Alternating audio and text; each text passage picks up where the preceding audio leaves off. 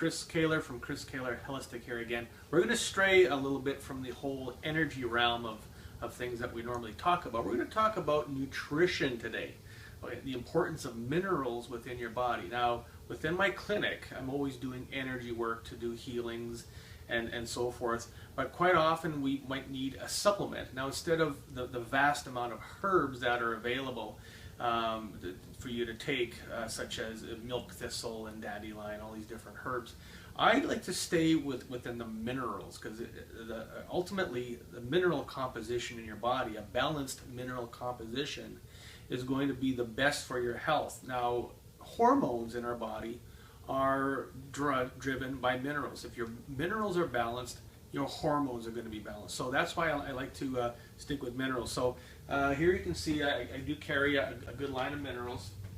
Now let's talk about specific minerals. So now let's say you're a person who is iron deficient. Now the first thing you're going to think, well, if I'm iron deficient, I need to take iron. Not so much. Quite often, if you're iron deficient, you might be copper deficient.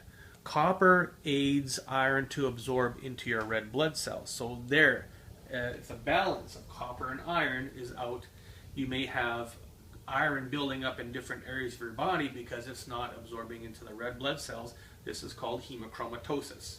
So the same thing with potassium and sodium. If your potassium is low, your sodium is going to be high. They balance each other out. So if your potassium is high or low, being whichever it is, you may have heart palpitations, you may have insatiable thirst if your potassium is low. There's a lot of different symptoms that you can have if your potassium and sodium are out of balance. Potassium is a positive charge of electricity in your body, sodium is a negative charge of electricity. So very important for your potassium and sodium to be balanced. Now, one of the biggest mineral balances that is necessary for good health is zinc and copper. Okay, if you go on the internet and you do a search on Dr. Lawrence Wilson, copper toxicity syndrome, you're going to see a lot of information. This information is very credible as I use it within my practice for helping people with health problems, and it does resolve a lot of issues. So zinc and copper go very well together. If your zinc is too high, your copper will be low. If your copper is too high, your zinc will be low. Now, copper is conductive of electricity. Our bodies are electrical. Electricity runs the brain, runs the heart, runs the nervous system. If there's an excess of copper build up within your sympathetic nervous system, you're going to have a lot of anxiety. If there's copper built up in your brain, you might have migraines, okay, and so forth. Things just escalate to different levels. So mineral balance is very important. Now, specific minerals, if you look at a mineral called molybdenum, and I even said the name right. What molybdenum does, it'll pull out excess iron that's built up from your body. So if you are experiencing hemochromatosis, this is a mineral that could help you. Okay. Other minerals like indium. This is one called indium. What indium does is it aids your body to absorb all of the nutrients that your body needs. So it helps with absorption. Now, there's also attributes with indium to create what's called the indium high, where it makes you feel better, makes you feel more alive. So indium has got a lot of specific purposes that work very well. And I only prescribe or only suggest a certain mineral for a person, of course, if the pendulum says so. So I'm not going to be throwing all kinds of minerals at somebody. It's very important to remember not to go and medicate yourself. Always have somebody with the ability to muscle test, use a pendulum, or have some other modality to tell you exactly what you need, because you can go ahead and take anything you want. If you don't need it, it could also do harm other than good.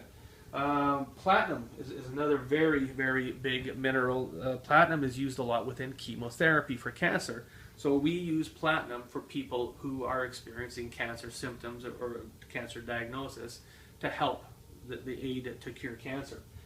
So there we go. Minerals are very important for your body. Oh, sorry, another quick one. Here. Calcium. Magnesium. Where's magnesium? I haven't got any magnesium. Here's magnesium. And silica.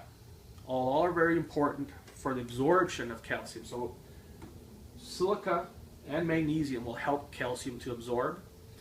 Silica is one everybody's heard me talk a lot about within diatomaceous earth for the absorption of calcium. So it is one of the most depleted minerals within our food system, and it is used highly within filters for filtering beer, for filtering wine.